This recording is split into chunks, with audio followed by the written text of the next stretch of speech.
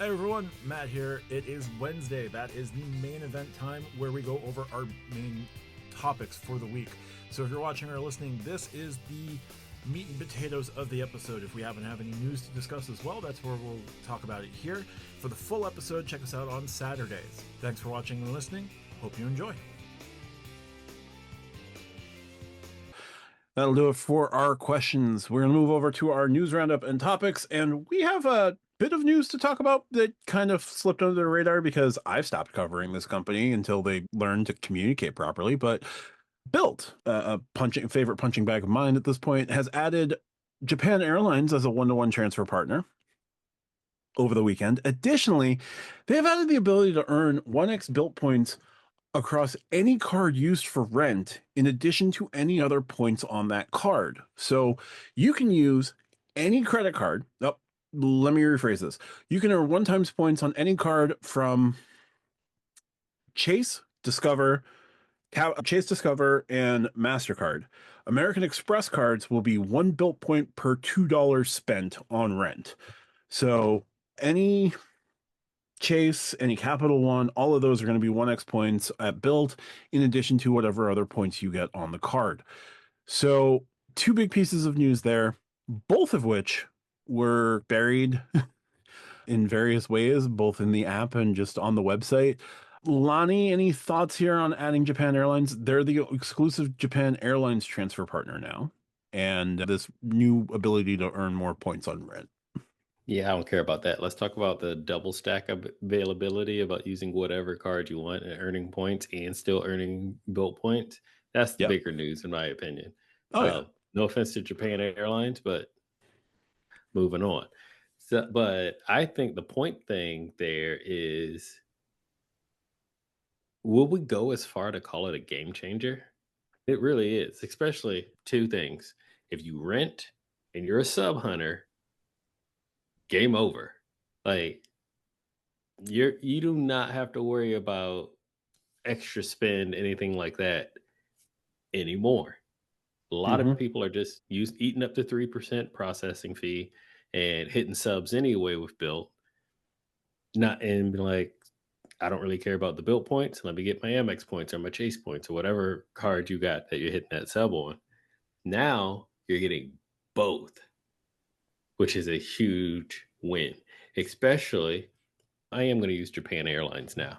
Let's say you get a Japan Airlines card or a transferable points card that you want to use for your Japan Airlines flight that you're planning later down the road or something like that.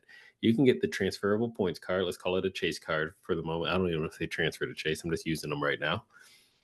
Anyway, I'm just using them right now. Don't come at me in the comments. I'm using them. Hypothetical, folks. Hypotheticals. Anyway, let's just say that card transfers to Japan Airlines. You get your sub on that card. Now you got your Bilt points as well from you for hitting that sub. And you transfer those Bilt points to Japan Airlines as well. You just doubled your points. That is huge. Now, I know I use Japan, but let's say it's a United card that I'm earning United miles. And then my Bilt points, I can transfer to United or any of the big 4 hotels that I can transfer to the big 4 hotels. This is huge right here, especially if you don't want to go through the rigmarole of, I got a new card, I'm going to use it for absolutely everything. Some people are like, I'm going to use whatever the biggest bonus category is. I got to use the card for that thing to make sure I get all the points that I can. Now it's just like, screw it. I'm getting double. I'm already getting double. Yep. I think this is a really great thing. And only for 3%, this is great. And you got to remember, folks, for y'all that don't know, this was not always 1-to-1 with Bilt. This was, you got 250 points plus the 3% processing fee. Now you're actually getting Bilt points and you're still not using Bilt. This is like the original, when Bilt, 2 years ago, Bilt, this is something I would have expected because they were just handing out points left and right. This is getting back to that handing out points left and right. I don't know how they're going to be able to afford this long term, especially if everyone takes advantage of it. But that's besides the point, especially when mortgages open up, because so many more people are going to be coming in when mortgages open up. But you know what? Get it while it's hot. It's there. The 3% processing fee is how they're doing it. Still though, I like that's a lot of points for people that are renting. I don't think the 3% is going to cover all of that. The amount of points they're putting out versus the 3% they're bringing in. No, it's not going to cover all of it, but it's doing some heavy lifting. RJ, any thoughts here? I have a question. So when Sure. I read this news, the site, and I cannot remember the site, I have an aggregate, so I don't always see the name of the site. It seemed to tell me that you still needed the Bilt card to do this. If you had the Bilt card, and then you could use another card to pay, but you needed the Bilt card to do this. So that was incorrect? Okay, Correct. Bilt has in the Bilt app, you can go in and it has a section for rent and you can put in whatever card you want. If you use a non-Bilt card to pay your rent, you pay the you part of the fee, part of it is you pay the fee. If you use your right. Bilt card, you don't pay the fee. That's it. You still get your 1x Bilt points for that, but you don't pay the fee. Any other card, you get all your points, you get your Bilt points, and you pay a fee Okay. for that Um, capability. so I am not willing to go as far as Lani and say it's a game changer. I do think it is a positive step for a company that has not made many of them recently. The problem to me, right, is that I saw a version of this that was not correct. Reddit is where they drop all of this information. And I am in the Built program because I sign up for everything, right? So I get their emails and I still haven't gotten a strong email like with a ton of information on this, right? So that has not changed. The company has not fixed those systemic problems. And yes, our point's great. Yes, use a Blue Business Plus and you'll get one MR point per dollar because of how things work, right? So go do whatever. But if the company doesn't fix the company issues, I don't care what their program looks like. Those systemic issues are bigger to me than the fact that they have taken the 250 points and opened it up to whatever your rent is. Because yes, that is good, but as Lonnie pointed out, like this is not going to go on forever. So they're going to have to change things, and this might be a gesture of goodwill before they make bigger changes or an annual fee or something to pay for what they're about to do.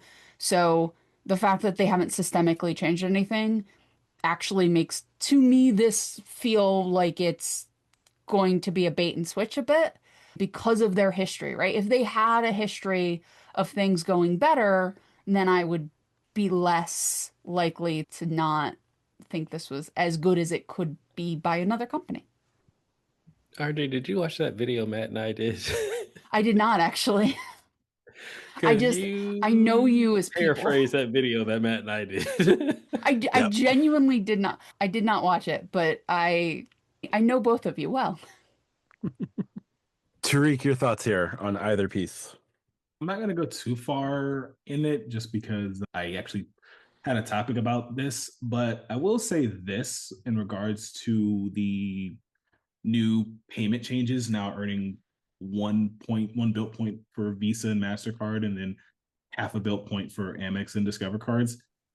Now that it's no longer you pay the 3% fee and get 250, it almost seems rent payment processing fee aside, there's almost little incentive to get the Bilt card. This is coming from somebody who's had the Bilt card now for just a little over 2 months. I'm in my third statement with cycle with it now, and it sucks in the sense of I have this card. I burned a 524 slot, even though I'm at 424, blah, blah, blah, blah, blah, to earn the 1x. And now I can just earn 1x Bilt points on any of my Visa or MasterCards because I don't really have many Amex cards that I would use for that. And I don't have a Discover. So, and you don't have to do the additional 4 purchases with the Bilt card.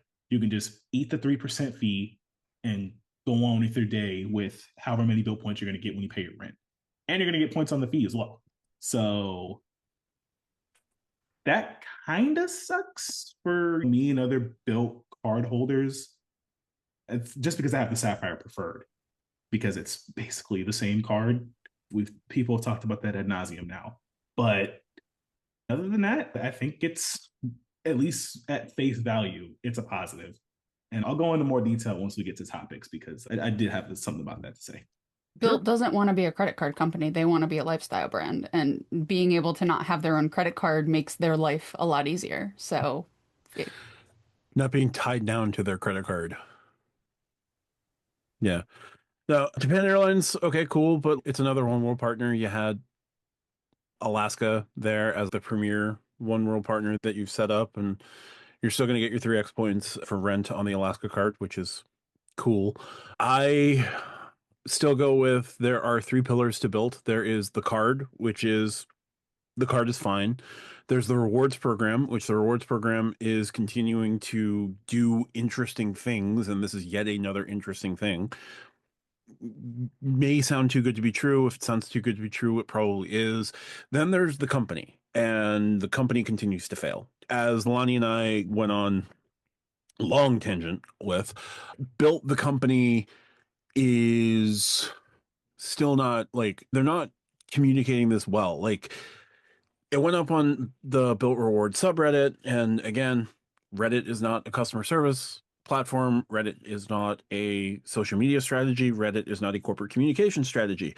Like, they had to answer, I'm sure, 3 or 4 different posts with the same question of, is this legit? Is this real? Am I reading this right? And it's, yes, enjoy your points. Go forth, multiply.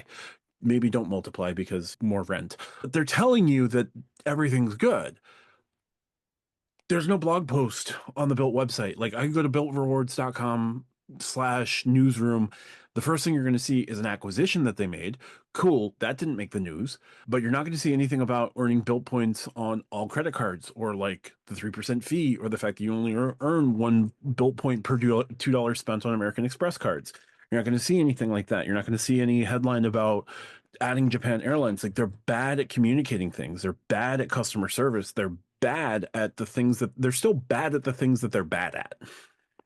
And until they fix the things that they're bad at, yes, I want to applaud this, and I would have made a video about this, but they're still not addressing the core issues that they need to address.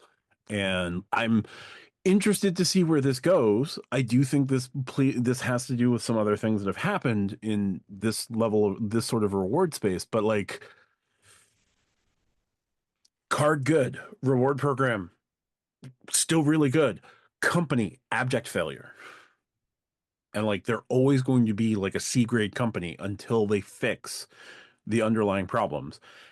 And while they're making money, and while they're getting these partnerships, and while they're landing all of these deals that they're landing, they're not going to see the need to fix the underlying problem. So I do worry.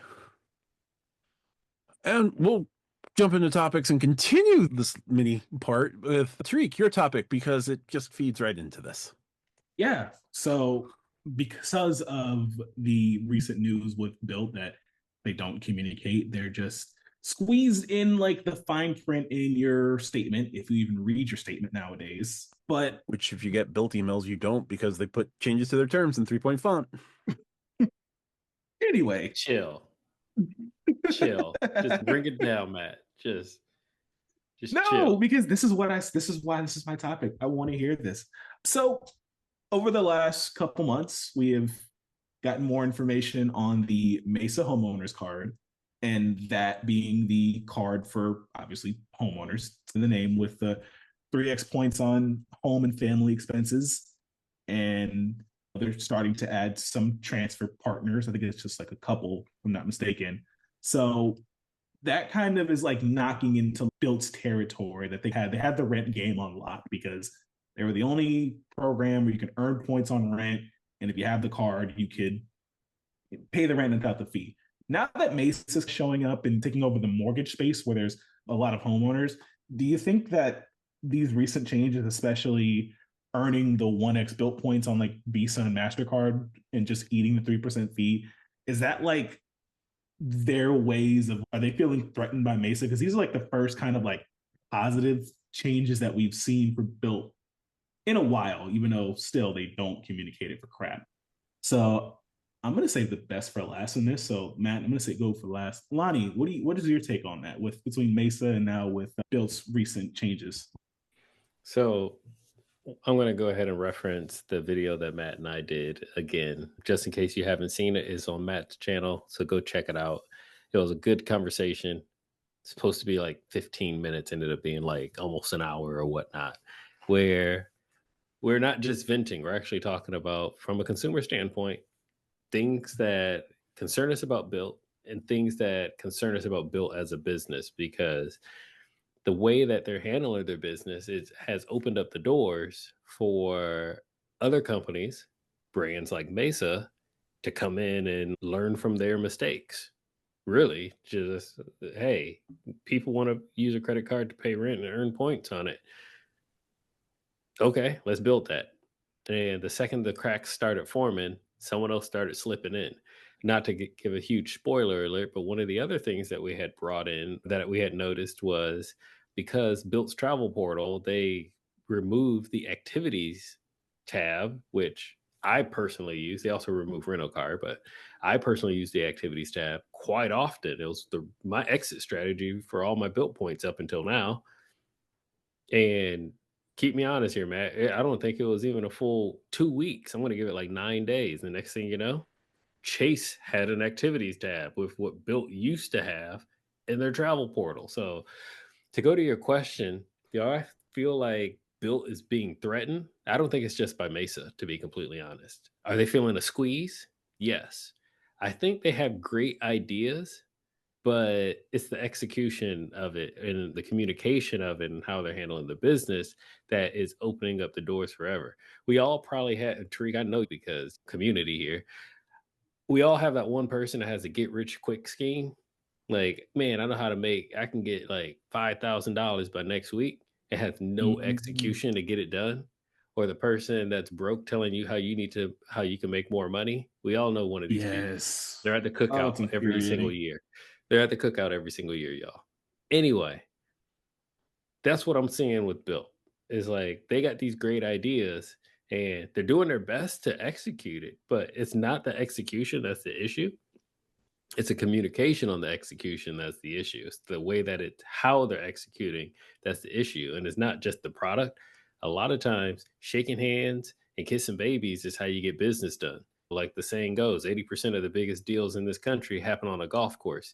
That has nothing to do with a boardroom, that type of thing. They're just not handling it right. And it's opening up the door for brands like Besa or someone else to come in and start maybe earning points on rent, maybe earning points on mortgage, taking over the activities aspect. You know what? We're going to enhance our transfer partners because this worked for them and we can crush them. I even said it before. If Amex decided to give you 1x on your rent and not charge you for it, everybody will have an Amex card. End of story. End of story. And that it could end up being bad for them. Is this one of their first positive changes announced in a while? The whole use whatever card? I'm going to go ahead and say yes. I'm still going to stick by that answer. Like I had mentioned, I don't know if I want to call it a game changer, but it's definitely something moving in the right direction. I see that. RJ, you have been a very strong critic of Bilt for their communications and their lack of customer service. So, what is your take? Do you think that Bilt's starting to feel the heat from Mesa and potentially other outside factors? I don't like bad communication. If I'm gonna give shit to City, I'm gonna give shit to Bill. And I love giving shit to City, so rock on. Here's what I think Bill is realizing. Those sweetheart deals that we did when we had a ton of venture capital money are gonna come up for renewal soon, and we're not going to get all of these deals again. Or at least not at the rate we did, not the type of deals we got, potentially, right? We're gonna lose partners. So let's make some changes now that might buy us some goodwill. We've had a couple of losses in a row that have caused people to be unhappy with us, even people who were strong advocates of us. Let's throw them a bone, right? None of this is fundamental change to their program. Like at the end of the day, you pay your rent, you get points. They have opened up how many points you get from non-Bilt cards, but it hasn't changed the fundamentals of the program, right? Like adding mortgage changes the fundamentals of the program. Adding a second card potentially could change the fundamentals of the program, but they haven't changed much with this. They've just broadened things. Do I think that the Mesa card coming out pushed this? With how long it takes to do anything in corporate, this has been cooking for a little while. Now, Bill, I don't know if they go through all of the checks of a normal company, so maybe it was a more reactionary move, but they had to at least have the customer service side physical code in the system to do this. That can't happen in a weekend, right? That takes more planning than the time between when Mesa's card dropped and now to get it to properly work, right? And we've seen some problems with their authorization system of people being double charged and their rent not going through properly and things like that. So that's not great either. But yeah, I think they know that the ride is about to get more bumpy based on their deals coming up, based on Mesa. If Chase and Amex tomorrow decide that rent thing is a good idea, like they're done. If Chase and Amex decide to do this and you don't have to go through this third party program that's attached to Wells Fargo, but not really attached to Wells Fargo, but nobody knows how the customer service works. Like the two companies seemingly don't know how the customer service works. Then, like, they're done. If you can just call Chase and handle this, or call Amex and handle this, or use the chat, this is done. Like, it's game over for Bill. Even if Wells Fargo says, we're going to have our own card for this, you're just going to call Wells Fargo and we're going to handle it, it's over for Bill. Bilt's problem is that they have made themselves a niche that is so small, and they have not widened that ledge in a way or deepened that ledge in a way that they can weather a storm if the big boys decide to get in the pool.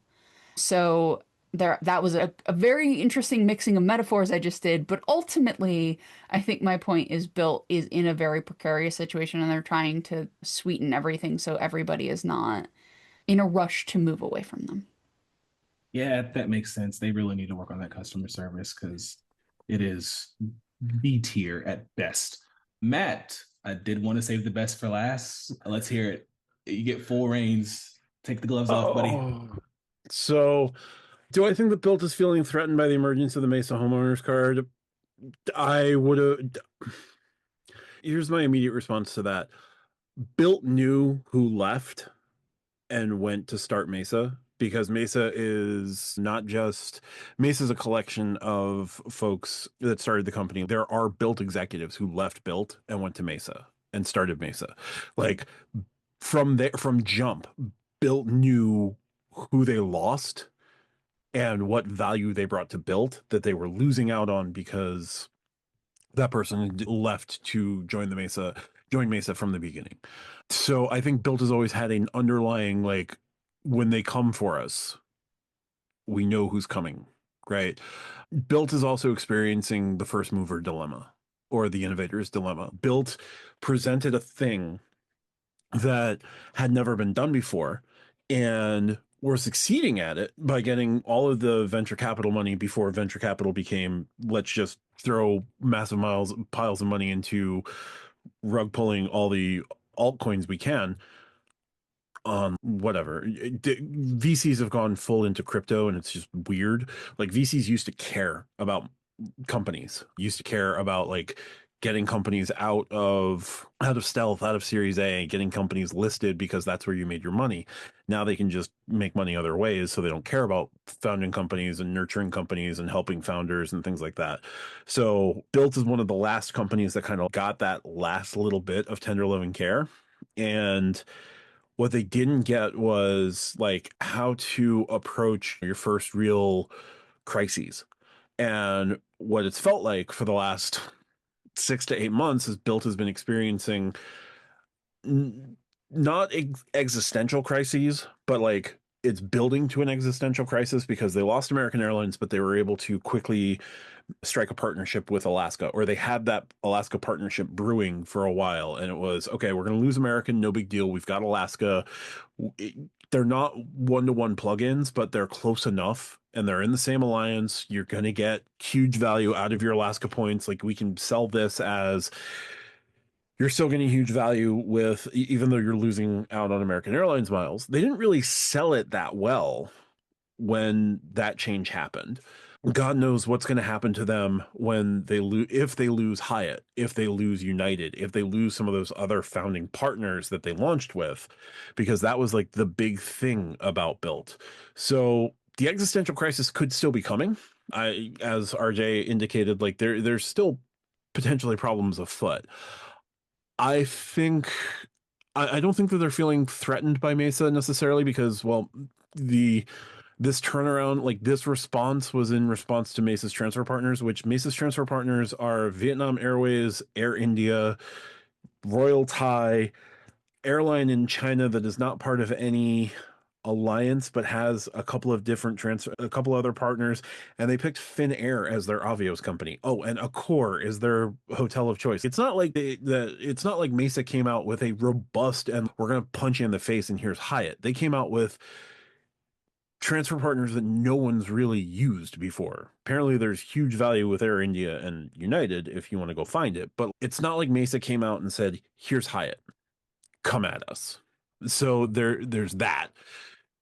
It's the first piece of positive news in a little while. I'm hoping that it's not like a prelude to Bilt 2.0 being disappointing or the mortgage thing utterly collapsing. I'm still curious how they're going to approach mortgage as opposed to the way that Mesa's doing it, because Mesa, you just connect your account to them if it's a supported account and you have to spend $1,000 on the card. Where the multipliers that they put on the card make it really easy to spend $1,000 on.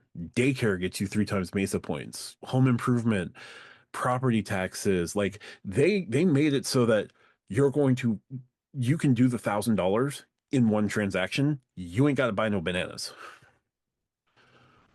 So, like Mesa did this very intentionally. Bilt, I'm still not sure if they have what their process for mortgage is going to be, because it can't be pay your mortgage through Bilt Pay and use your Bilt card for 15 more bananas, right? Like, I don't know how mortgage looks with Bilt. Am I happy to see this rent news? Yes. Am I happy to see Japan Airlines as another transfer partner? Sure. Am I sure of how they're supporting this right now? No. And that's scary because, like, again, as I've been saying, the card, we haven't even been talking about the Bilt card. Like, the Bilt card's still starting to show the age that the Sapphire Preferred is showing, because it doesn't have streaming. It doesn't have some of the other things that the Sapphire Preferred has. And we think the Sapphire Preferred, or I think the Sapphire Preferred is a little bit of an old dog at this point. So, like, we're not even talking about the card. The rewards program is still fine. The company can't communicate its way out of a wet paper bag. Like, you ask Bill to guide you out of a hole in the ground, they can't do it. So I think these are the first positive changes in a while. I do think there's a existential question with Bilt underlying that is hopefully not going to rupture in the next 6 to 12 months, but it could.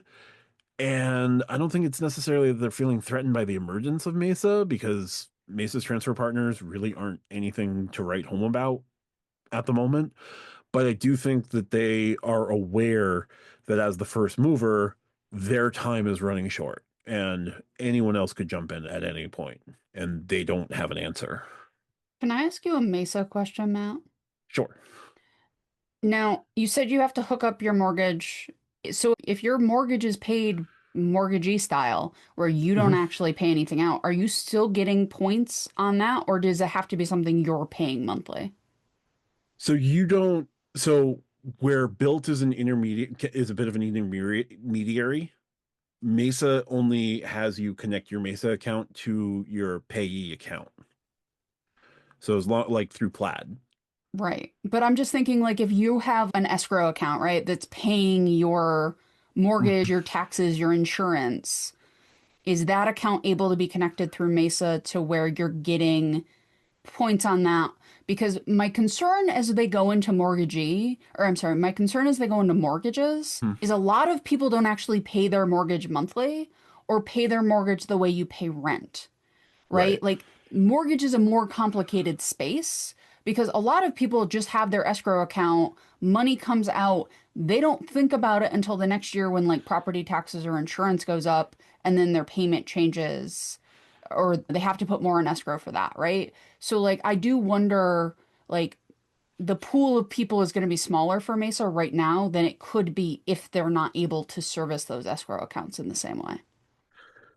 So for what I'm aware of, and I could be 100% wrong just because like I'm not in the Mesa app. I am not a mortgage holder or a mortgage payer.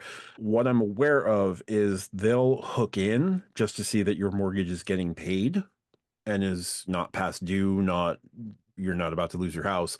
As long as you're current on that with their partners, whoever their partners are. Again, I don't know because I'm not in the app.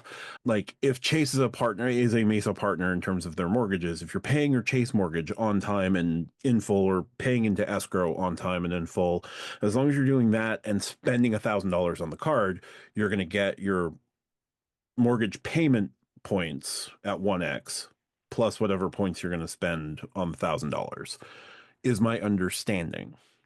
Okay. So they're not like, whereas Bilt is like, use Bilt Pay, use this system, or use our card, or how they step in as a middleman with rent. Mesa doesn't do that. Because my thought for Bill, and I'm sorry, Tariq, to step in here again, No, go it's ahead. You're just good. is the interesting thing is like rent is fairly easy, right? Like rent is a much easier transaction. And Yeah. Bill being so connected to Wells Fargo does a lot of mortgages.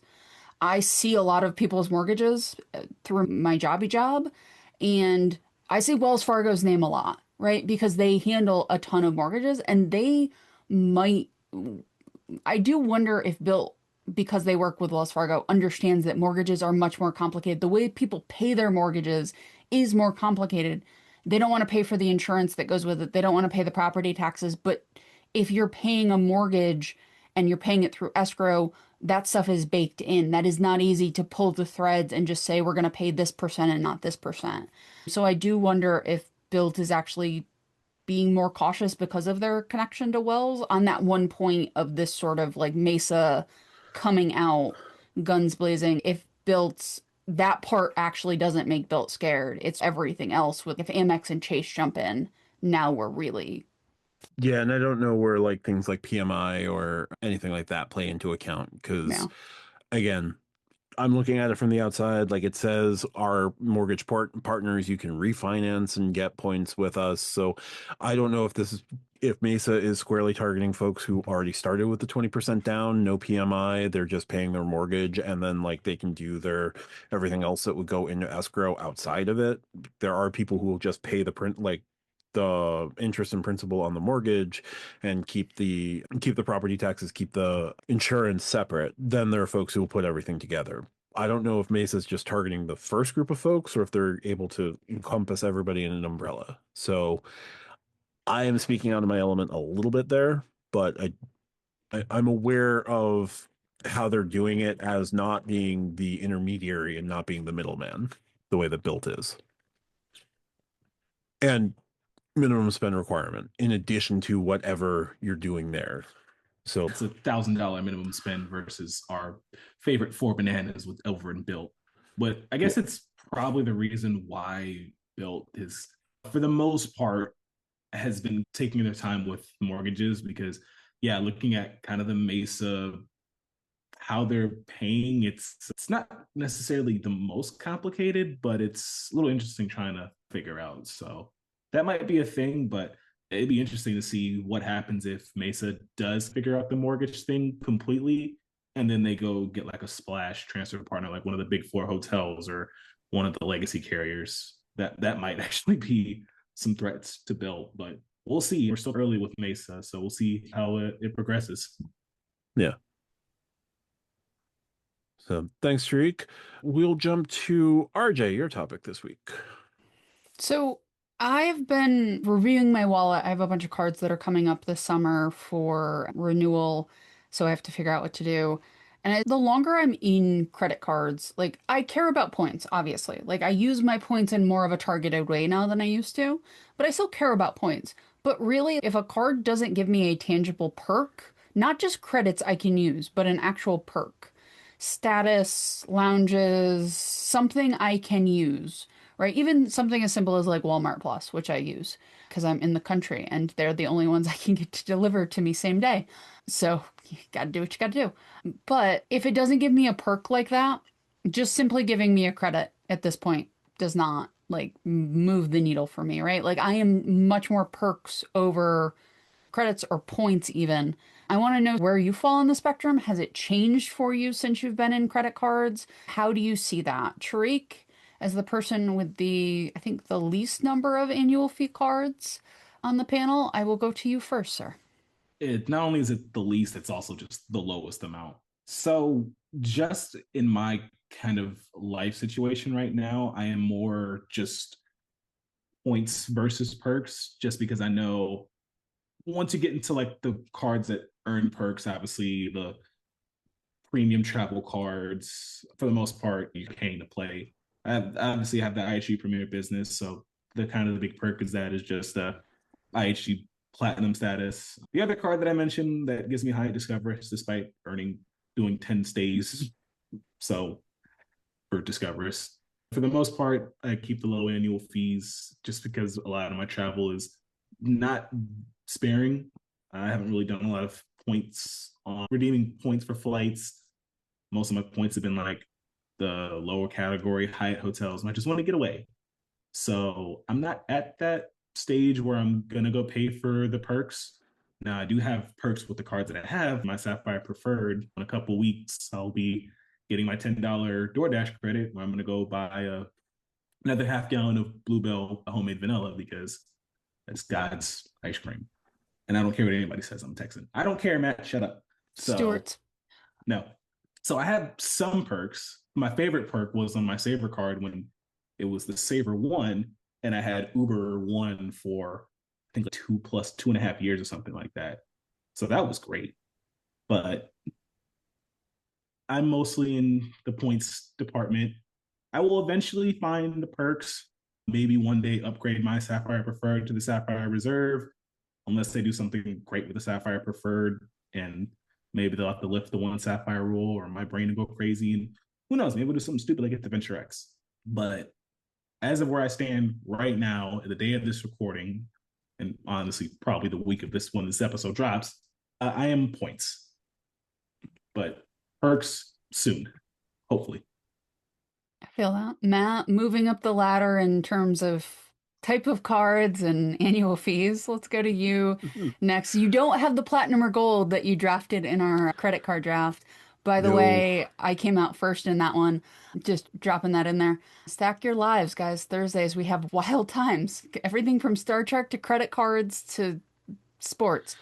Matt, points, perks, both, neither. What are you feeling today, buddy?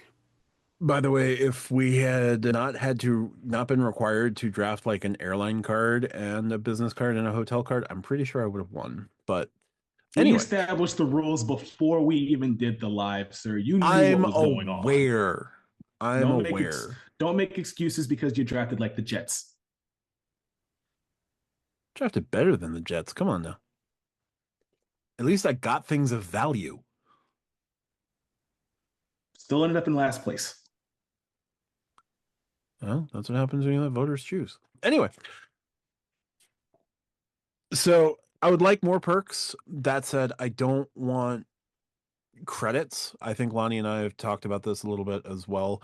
I don't know if it was on Lani's members only video or in the video. I'm pretty sure it was more on the Lani's member only video. But I would definitely trade things like my $25 credits with DoorDash and my $10 Lyft credit for more points and just basic memberships with Lyft and DoorDash, where like I get the membership for free for holding the card and I get 5x DoorDash instead of 3. I get the basic membership, I get basic Lyft Pink with Lyft, and I get 5x points with Lyft. I don't need the $10 credit. Like I'll use the $10 credit. If I don't use it, I'm not going to sweat not using the $10 credit. But I would much rather get more points and basic membership so that I'm compelled to use that brand more than anything. Beyond that, lounges are cool. Global entry is cool. Those are basic premier travel credit perks. That is the bare minimum. That is regardless of whether I have the Sapphire Reserve, the American Express Platinum, the Venture X, whatever City comes up with next week, or Mother's Day. Mother's Day is in 3 weeks, so maybe we'll see the Strata Elite. I'm surprised we didn't see the Strata Elite on Sunday. Maybe we'll see the Strata Elite on Mother's Day because that's how City operates. Wells Fargo Autographs Beyond, like these, that is like the bare minimum to be a premium travel card is global entry, TSA pre-check. And like priority pass, whoop-de-doo, right? Everybody has that. That's not a, oh, wow, this is amazing. It's nice. It'll make my travel days better, but like everybody has it. It's a dime a dozen. So I'd much rather get more points, and I'd like the perks that come with the card to help accelerate my path to get more points. So again, give me Lift Pink. I don't need Lift Pink All Access. I don't need the $300 a year or the $200 a year subscription. Give me the $99 a year subscription. Give me the $99 DoorDash. Don't give me coupons that I have to do 3 DoorDash transactions. Don't give me like one Lyft ride a month. Give me higher points so that I spend more with you. Like I'm going to dedicate myself to Lyft 5 times Lyft and basic Lyft Pink. I'm not going to see a reason to go to Uber if I'm earning more points with Lyft than my card generally would give me. So I would like my perks to be more aimed at point generation, but beggars can't be choosers. So I'm in a bit of a hybrid, but more, I'd rather have points. That's interesting because for me, something like the companion pass on the Delta, like I would not change that for 10x Delta, right? Like to me, that perk is so valuable. Like Right. those perks are really what I'm not looking for Uber One, right? That is nice. That is definitely a perk I enjoy, Yeah, but if I want cards with top tier perks. But also, not everybody has a premium travel card. So for them, TSA pre-check and priority pass, those are perks they don't have that they're looking for. So right. big perks I are in the eye of the beholder to Right. some degree. If I was going for the Delta card, like the reserve is one of the first one. The reserve and the platinum are one of the first ones I look at. I don't look at the gold. I don't look at the blue because of how valuable that companion pass is. Right. That is a perk. That is the thing I'm going after those cards for, and fast tracking my way to silver. So stacking, getting the extra companion pass, and getting to silver status would be excellent. Right. Since I'm just talking about the cards that I have, I want my perks a little different. I want my perks done differently. Now, going after that card, going after the Delta cards, like I'd be going after the companion pass there. I'd be going after the companion pass with the Alaska card. I'd be going after the free night certificate that's relatively easy to use. Oh, and if you book a standard room with that free night certificate, you're more than likely going to get a very nice room well above where you booked with the Hilton Aspire card. Right. So if I'm getting those cards, I'm getting those cards for the perks. I don't have them yet. When I get them, they will be for those perks. Yeah, I guess I'm talking more about acquisition for us just because we Oh, have yeah. more cards than the general public. But no, I think everything you said is fair. It's all good points. Lani, as somebody who joins me at more of the top end of the amount of money that comes out of our wallet for the annual fees that we pay, my platinum is gonna drop any day for that annual fee, and I am girding my loins waiting for it. And the Delta Reserve, too. I get them both within a couple of days of each other, which is super fun. How do you see perks versus accelerated point generation versus as you're looking for cards, that points versus perks vibe? Yeah, I'm all about the perks, which is why I pay so much in annual fees. I am a pure pay to play and make it easier at the end of the day type of person. And I did not mean for that to rhyme, but it came out pretty nice. Anyway, points are fine. Points can get you there, but perks can get you just a little bit further. Like there's no perk that you can't get with points. So Matt had mentioned free night certificate. Well, you got enough points, you don't need a free night certificate. Whatever room you're going to get, you can just pay with points. But because I pay this annual fee and I get this free night certificate, that's a perk and it makes it easier. It's a way less points, way less money, etc. because of the amount of points it might, as he had mentioned, if I want to go super luxurious at a Conrad or something, I'm going to have to spend way more points than $550 that I get my one free night certificate on my Hilton Aspire card. That's what I mean when I say that. The other aspect of it is that at least from the amount of travel that I have, status does matter. And at some point you'll have this epiphany moment where you realize that, man, I can be loyal to one place and stay there or fly them, and eventually I'll get status and they'll treat me nice. Or I can pay a small fee, they still don't give a crap, and they get the status and they treat me as if I just stayed there 40 nights last year or 60 nights last year as well. And so I like to take the shortcut, which is why I say pay to play. Give me my perks. Now, would I like bonus categories that are multiple ways to earn more points off my spend? 100%. I would love for that to be on the platinum card, to be absolutely honest, but it's not. And even though the platinum card is one of the most expensive cards out there, it's almost $700 a year. Am I using all of it like as my primary card? No, it's like I have that perk of Fine Hotels and Resorts. Yes, I get one $200 credit from Fine Hotels and Resorts a year, but just to have access to it is a huge benefit that's worth $700 to me. And that might sound absolutely crazy. You're paying $700 just to have access to Fine Hotels and Resorts, and the answer is yeah. Now, granted, I'm getting a lot of other things that can go towards that 700 or value, if you want to call it that. But to be able to get those types of hotels at that level with a discount and maybe a credit once a year, I can use points. I can use cash. I'm going to get free breakfast. I'm going to get it. I'm guaranteed to get an upgrade. All of this stuff added up, 100% worth it.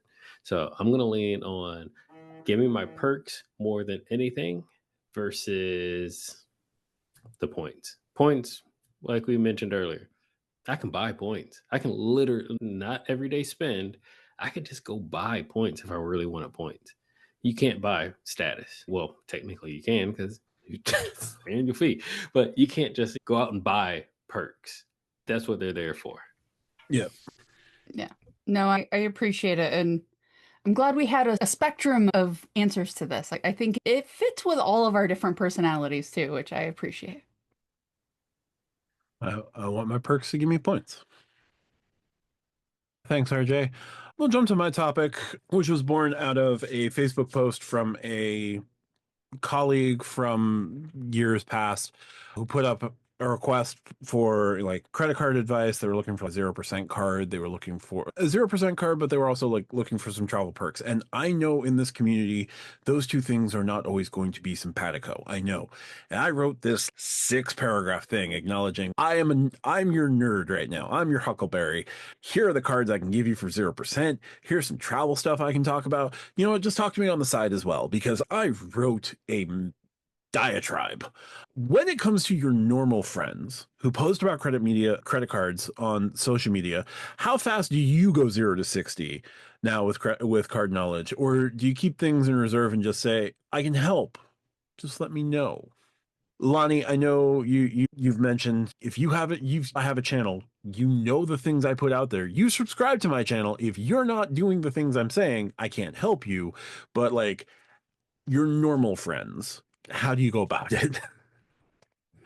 I let them do them because, Okay. as I had mentioned, it all depends. I recently, ironically enough, I have now 2 neighbors that know I have a channel, and they're like, "I found you on YouTube." I'm like, "Great! I have a million questions." Okay, I'm happy to help. What are your questions? I don't have an issue with that.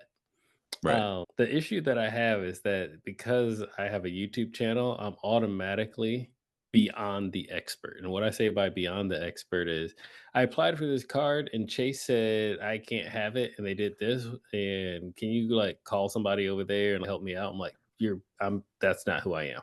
No. That's where I have the issue.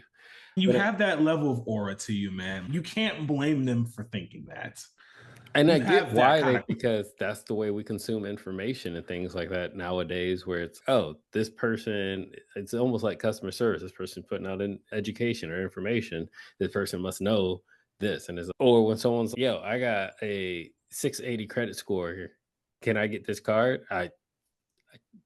There's way more factors than just what your credit score number is. I can't help you with that. Yeah, you can get it.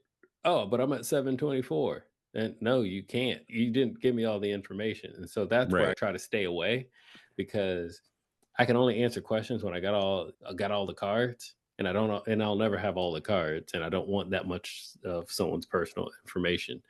Now, if it's someone that I know, the whole 0 to 60 part, 100%, I will help them if they're interested.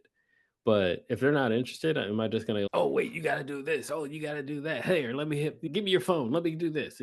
No, absolutely not. But if they got a question, happy to help. Happy to answer a question. Happy to try to provide some guidance.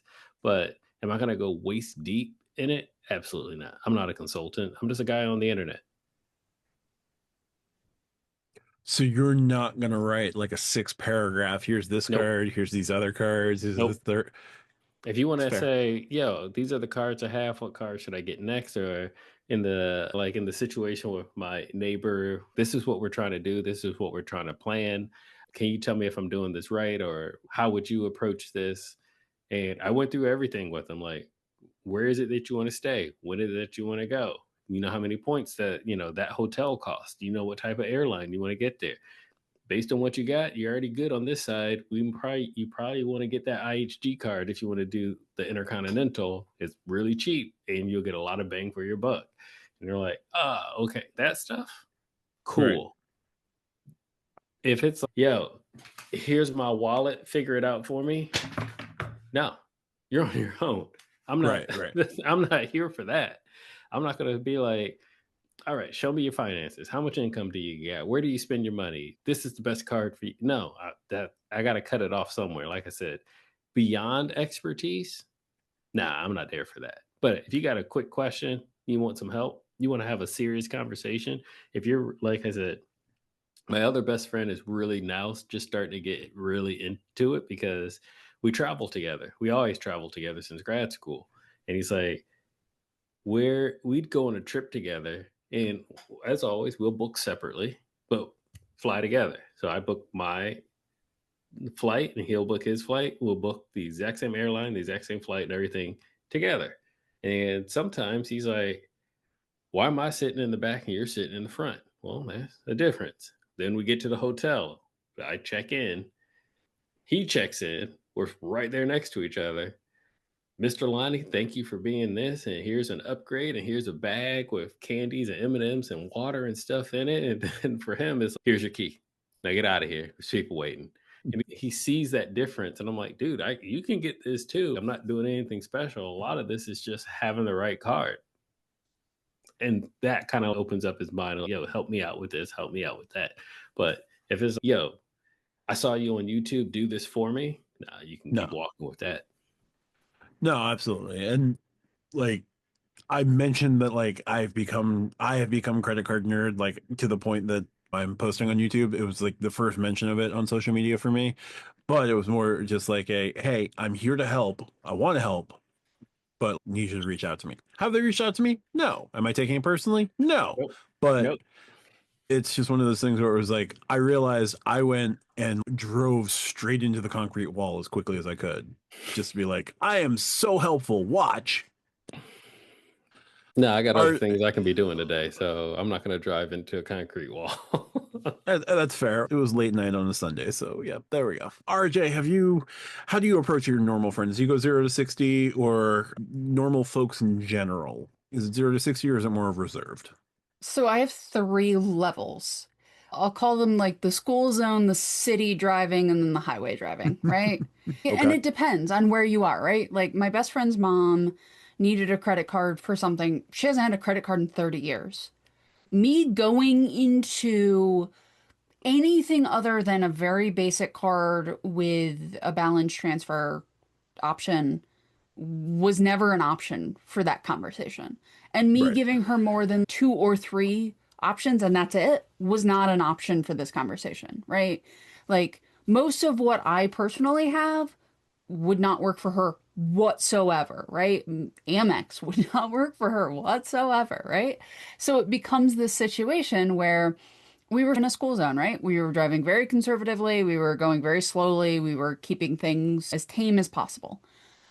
I've had other friends who've asked for stuff and it's okay. I have a couple of credit cards. I'm not in any like credit card debt. There's no like imminent, like my bathroom just blew up and I've got to pay a contractor 10 grand. So I need something right now or I have to move cards. Not that situation, right? Go a little faster, right? You have a little bit more for me to work with. We can go back and forth. I can give you some options. I'm not going to suggest you the platinum. I'm not going to suggest you the sapphire reserve because that is not where you are. But I might suggest the sapphire preferred, right? Like starting to get into transfer partners, starting to have a little bit more of a grasp. We'll start talking about things differently. And then I've had the conversations where they do have cards, but they're going maybe cash back to points, right? Or they're going from one ecosystem to another ecosystem, or they're doing something else. They know the words, they just don't know how to put it all together. Those conversations you can run wide open, right? You can have a little bit more texture to those conversations to give them that. But I have to know what car I'm in, right? Like I have to know because if I use tactic 3 with the person I'm supposed to be doing tactic 1 with, that conversation is just going to make them confused, frustrated, and make me feel like a jerk because I'm not actually helping them. And ultimately, I think all 4 of us just want to help people or just want to have these conversations. We find this fun. So you have to know who you're talking to, right? It becomes this thing of you got to meet the person where they are, not where you are, not what you like. I very rarely bring American Express up to people unless it's a very narrow circumstance, right? If we're flying out of the same airport, I probably will because Delta is very helpful up where we are. So for Right. that, it makes sense. But am I going to bring up Delta to somebody at a United hub? Probably not, unless Delta is a very strong second choice in that area, right? So it becomes this thing of you have to have that. It really is going to be meeting them where they are, understanding what they're asking. If they don't know what they're asking, you go to the school zone automatically, right? You ask a couple clarifying questions. If they don't answer, okay, keep walking, right? Like I'll get in my own car and go look at the Amex website and wonder when the everyday preferred are coming back. Like you can't take any of this personally. You also, like to Lani saying, you have to ask fairly invasive questions to actually give them an answer that is worth anything. Like, you got to ask, how much money do you make? How much debt do you have? Do you know your credit score? What is your credit score if you know it? Have you filed a bankruptcy? Have you ever had any cards in default? If you're actually like helping someone at a high enough level, other than just giving them basic card suggestions, you have to ask very invasive questions. I am not asking those questions to my second cousin 3 times removed at like the 4th of July picnic. I'm just not. That is not a conversation that I want to have in that environment. But if I'm sitting down with a good friend who knows me and I know them and I'm comfortable asking like how much do you make every year, then I can have those. So it also depends on what level they're looking for. Are they looking for card recommendations or are they looking to completely change how their setup is? So do I go 0 to 60? In some circumstances, but I am much more likely to be cautious at first and then ramp up if they say the words, right? If they're saying the buzzwords, then I know I can put my foot a little harder on the gas. So they need the shibboleth. They do, in fact, need to sit in the Oval Office with Jeb Bartlett and say the specific code word. Yes. I don't know why I let that sit so long. Anyway, no, thanks, RJ. Tariq, your thoughts here. So previously, I have gone 0 to 60 or 0 to 100 just out of like pure excitement because I'm like, oh, you have an interest. Let me just dump this on you. I realized that wasn't the best idea. It was a few trial and errors, lots and lots of errors. But where I stand now, it's the RJ approach of just meeting them where they are. Like I have a cousin, he was in town and he told me he has the gold and the platinum card. And I'm like, okay. And he didn't realize all the credits that he had on there. I'm like, dude, what airport do you fly out of? You might be able just to go to the lounge just because you have the card. I'll do something like that. If you want any information, just you know where to reach me. My friends, they know I do this. They know I'm in the game. Not too long ago, my friend was like, "Hey, my girlfriend's thinking about going because she does a lot of work travel." And she was like, "Should they get the Sapphire Preferred or the Reserve?" And I went through like okay, well, what does she do with her travel? She's just trying to earn points. She's trying to have an elevated thing. And this was like right before they announced the 100K point offer. So I was like, I would hold off in case she wants to get the preferred because if she doesn't need it now, don't rush to get it. And then I sent them the link for that. So yeah, I meet them where they are. I will sometimes just do a little hit of, hey, like you have this, that, and this. I know where you fly. You could do this, that, and third. And they just, whoa, okay. And I'm like, hey, I can show you how. Just hit me up. And then just go about the day there. Like I have one of my other cousins played pro ball. He showed me his Delta account just out of sheer curiosity because he knows I do this. I sent him the podcast link, and he has at the time like 400,000 Delta Sky miles just because he pays cash for all of his flights, and he flies Delta One because he's 6'9" and he needs the legroom. So he just has them there. I'm like, you make enough to where credit cards may not be your thing, but if you want to try it, holla at me. I'm sure you'll get approved for everything. So yeah, I just let it be. If they haven't, my friends have not traveled with me to where they start asking a bunch of questions because I got like the room with like late checkout or upgrade. So when it happens, they'll probably hit me up. And I'm like, dude, I've been telling you this for a couple years now, but you just don't listen to me. So now, so yeah, it's just they'll find out eventually, and when they do, they know where to find me. I do always like when a person you think is a normie will say a thing. Like, I'll tell them I got a new card, and they're like, "You didn't use my referral link." And I'm like, "I was not aware you were in this game, but now we have a few things we're going to talk about." And what card? What are you talking about? Oh You yeah, show me your wallet, I'll show you mine. It becomes that thing of, well, this is a new level to this friendship. like when I found out that my mom had the Explorer card, just because I was like, what? Oh, Are you the only person in your family without an Explorer card, Tariq? it hurts. Okay, she has that one, and then she has the Bonvoy Boundless, which I'm like, you do Marriott, so I get it, but the card is useless. I did get mad at her because she paid cash for a hotel. I'm like, did you use the card? She was like, no, I used my Navy. I was like, Mom, all the points you get just for using the card, use the card. Tariq, But- at this point, you get rejected as an authorized user for the Explorer card. Oh, wow.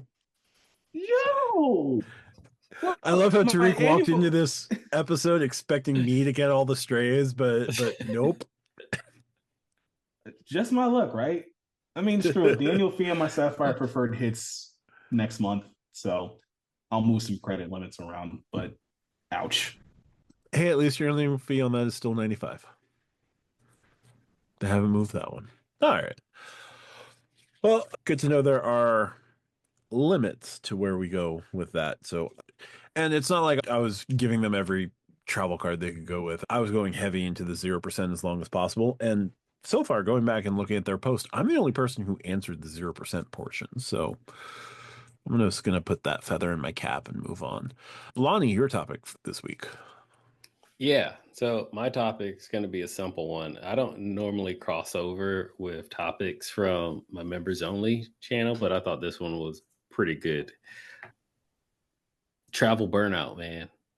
Is there such thing as too much travel? So I've been traveling a lot and I'm tired. So there could be too much flying, there could be too much planning. There's multiple levers to this, to the point now where even if it were like a personal trip, especially if it was a work trip, it's like I get to the destination, I get to the hotel, and like, oh yeah, let's go out and get food or go see this. And I'm like, yo, I just want to watch Jurassic Park in my room. Leave me alone. So my question is, have you been there? Have you felt the pressure from travel? Not just a long travel day, but just can I just sit on my own couch? Can I sleep in my own bed at the moment? Or even from a planning standpoint of I'm trying to get the best redemption, or I got to plan this and I got to plan that. For those that are like in Tariq's age group that have wedding season in your late 20s and 30s just sucks because all your friends, like, it's like kids' birthday parties, man. It's one every weekend. I hate it. Yeah, it gets bad. It gets really bad. But, or I got to get the highest redemption. I got to stay over here. I got to stay at this place. I got to figure out how I'm going to get this room upgrade, whatever that happens to be. And because I called out Tariq, I'm going to start with you on this one. So, have you ever been there? Have you felt it? Funny enough, you said like late 20s travel because of baby showers and weddings. My best friend just texted me his RSVP stuff for a baby shower. So I am looking at points to go burn for that weekend. But I haven't hit the level of too much travel, mostly just because I don't travel very often. Like I don't do work travel, and the travel that I have been doing is for the most part like a weekend stay. The longest I've even done on a points travel was when I went to Chicago, and I could have stayed there for another week because it just was that great. But yeah, no, I haven't gotten to like burnout. I would have to travel to like your level, Lani, or even like my mom. She would travel like at like once a quarter to go to DC for her work. So like even then, she was just getting tired of traveling so much. So I'm not at that level. I don't know if I'll be at that level. I mean, if circumstances were I have as much money to never have to work again and I could travel whenever, I would have a whole I would just dedicate my whole like fall winter to like UTSA football where I'm traveling to every away game because that's just something I'm passionate about. But I think for me and there's a lot of experiences that I want to do when it comes to travel that I don't see that threshold yet. But then again, it's easier to say on the outside looking in. I could be 15 flights in a year and be like, all right, this is enough. I miss my day. I want to drive my car, not the crappy Kia rental from Hertz. So I think time will tell. So maybe, I don't know. Well, as long as we're doing this, maybe 3 years, holler back at me and I'll see if my answer changes. Just speaking of that Kia from Hertz, going back to RJ's topic, you can actually like get the perks that give you President Circle, so you don't have to get the Kia. Dude, I was in Missouri. I was in Kansas City. Oh, so this wasn't a hypothetical.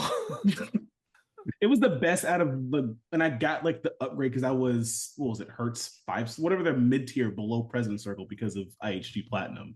And the K4 was like the best because I was driving an hour outside of Kansas City. And I was not going to be the idiot in an electric vehicle in the middle of Missouri because God only knows where the charging stations are in that city. This just went from faux to real, for real. That is definitely a title candidate because that's a good one. All right, RJ. Burnout. How you feeling? So for my life now, as somebody who works from home and doesn't leave their house 6 days a week, I don't project how my life is right now that actual travel will burn me out because all of my travel is personal, right? Like I do not have your work travel schedule to burn myself out with. I'm home. I did a 3 hotel run over 3 weekends, and I also am the type of person that I don't care where I am. If I want to sit in my hotel and watch a movie, I'm going to sit in my hotel and watch a movie. I don't care if I'm in Seattle. I don't care if I'm in Selkirk. I don't care if I'm in Pasadena. I don't care. If I want to sit in my hotel room and watch a movie, it's exactly what I'm going to do. I will Uber some delicious food and watch a movie in a city, and I am happy as a clam. So I don't care about that. I will say I used to drive to New Jersey to watch soccer, and I did 17 games in about 30-ish weeks. Matt knows where I live. Matt knows how I would get to New Jersey. And I'm sure that Matt could understand why that drive would burn me out for travel because it's a drive. and not with the best drivers in America. That exchange when you're going from New York into the upper part of New Jersey is possibly hell on earth. Possibly. But yeah, so like I have experienced that, right? When you're traveling week in and week out for something that you're enjoying, but something that feels at times like an obligation, work, or my niece does travel soccer, right? Like the travel they do around the Northeast is a lot of travel. Like they do not enjoy that travel the way that they would if they were going on like family trips, right? Because it's obligatory soccer, or I'm sorry, obligatory travel. So I think travel like that will burn you out faster than, hey, we're going on this family vacation, or we're going on this trip with my wife, or I'm going on this trip with my husband. Like that travel tends to be more refreshing, assuming who your family is, right? Like there are family trips where you just are like, oh, this is gonna be a struggle. Can't wait to go back to work so I can get away from all of you crazy people. There's those trips. But I think personal travel tends to be less like that. Obligatory travel tends to be more burny outy, to put it in a technical term. I don't disagree with you at all. Yeah, because like you got to travel for work, but then it's I want to travel with my family to as the break from work, and I'm like, I was here at this airport yesterday. Yep. Exactly. Or this is my third time at this airport this year so far. I know every TSA agent's name. They know my name. They don't even scan my bag anymore. They're just like, you're fine, just go. We know what's in your bag. You're good, whatever. I don't need to see that stick of deodorant for the 37th time in the last 6 months. Just go. Be You haven't gone. replaced it yet? I'm surprised. Every airport, there's a Scott at TSA. Go ahead, Matt. Go ahead and round this out. Awkward silence. I'm gonna edit that out. No, have I been there? Have I been there with travel burnout? Yes. Back in my youth when I was like packing my life up every couple months, moving on a whim to a different state to work on various things, and then traveling all around for that, not knowing where I was living, but like not living at home. Like there were portions of like work that would burn me out because I was away the entire time. It just felt like travel for work. It sounds weird, but if you very few people would know. But like after that, I would do like long drives and try and compress everything down and the planning and everything that and trying to figure out like where I was staying, what I was doing, this is before I got into points and miles. It would be pretty burnout. Now I'm being more of the planner. I'm not stressing best, highest redemption. It's what's going to be the most convenient to where we want to stay. What ecosystem do we want to stay in for this trip? I can make Hyatt work really easily. I can make IHG work somewhat easily. I can make Hilton work pretty easily. Am I willing to pay cash here? What am I willing to pay points for?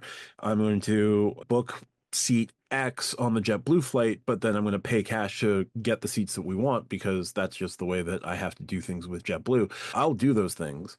Since I'm traveling so infrequently, like I've got a couple of trips I have to do this year and I've still got to plan a few for my partner once it's over, but some of it will be, oh no, I do have to figure this out. And while I'm planning and doing the booking, like it's a little, I just don't want to do this anymore.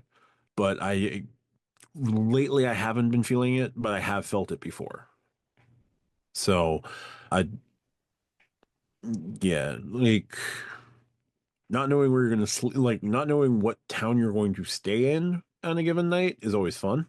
And then not knowing what's in that town that you're going to stay in is also fun. I wouldn't call that fun.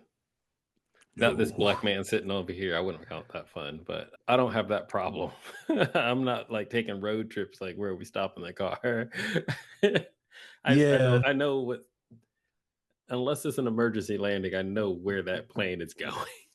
Right. No. And like the road trips portion was just you'd think it's fun, but then you're offered a position in Colorado and you got to get to Colorado and it's like Friday night and you got to get to Colorado Sunday and you don't know where you're going to spend Saturday. Well, you don't know what Saturday is besides driving. So you pull off on the road at a travel center in Toledo to try and say, "Can I get to Des Moines?" And no, you cannot. You got Anyway. a real pretty mouth. Oh. And now I think we got our title. All right. With that is probably going to wrap it up for this episode of Stack Your Points. If you like what we do, hit the subscribe button down below. If you have any questions for us, feel free to drop it on the Friday episode of Stack Your Points. You can join the Stack Your Points Discord. Link is always in the description down below. Join the Stack Your Lives for live Q&A on Thursdays at 8:30 p.m. Eastern. That is usually RJ, myself, Tariq. We'll get a fourth in there from time to time. We know that Lani will join us when available. Life. Fatherhood, man. It's just at the wrong time of day for me. Yep. Nope, we know. That's why we get you here instead. What am I missing? Stack Your Live, questions, join the Stack Your Points Discord. In the Discord, there is a podcast question section. Drop your questions there. You can also leave us an email at stackyourpoints@gmail.com. If you listen to the full audio version, please leave us an email there or consider joining the Discord. I think we put it in the show notes. Can't remember. I'll double check. But RJ, if folks wanted to find you on the vast expenses of the internet, where's the best place for that?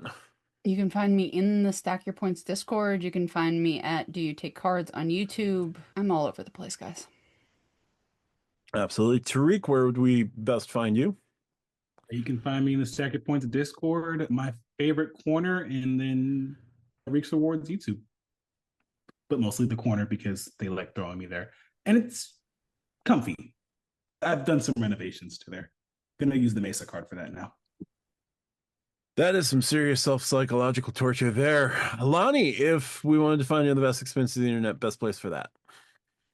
Well, you're not going to find me at that convenience store in the middle of nowhere late at night. That's where you're not going to find me. Well, it wasn't a convenience store. It was at the TA Center. For real, Matt. For real. You can find me on my YouTube channel, which is Call Me Lani. Lani is spelled Lani, and Call Me Lani is all one word.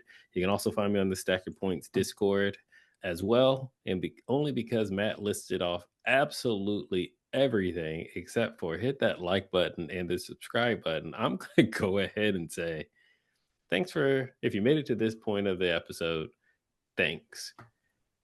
Before you leave, hit that like button and don't forget to subscribe. Thank you, Lani. And feel free to subscribe to Call Me Lani, Tariq's Rewards, Do You Take Cards, my channel, Matt Clausen. You can find me on the Stack Your Points Discord, here on Stack Your Lives, here on Stack Your Points, and my channel, anywhere else on the internet. And I don't know how you found me. But that's going to do it for this one. Thank you so much, as always. We look forward to seeing you next week. Bye for now.